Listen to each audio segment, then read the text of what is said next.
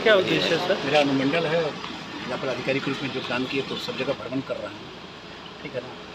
दो ही उद्देश्य है इसका, हमारे अधिकारी कर्मी क्या कर रहे हैं और लोगों की कौन सी सुविधाएँ मिल रही हैं। सरकार की द्वारा जो संचालित योजनाएँ हैं वो सही उसका अमली जमा पहनाया जा रहा है या नहीं जा रहा है, किस स्तर पर बाधित है, किस तरह पर कौन सी कार्रवाई चल रही है।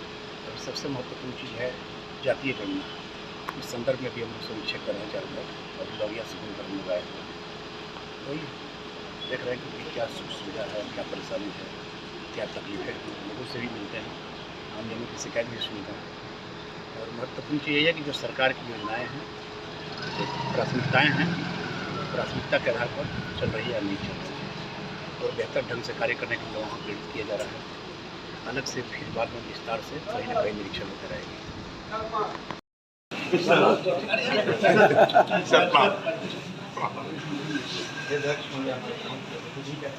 आपका प्रेरणा जो लेकर गए सर, उसी प्रेरणा के बल पर सब चल रहे हैं जो देख गए।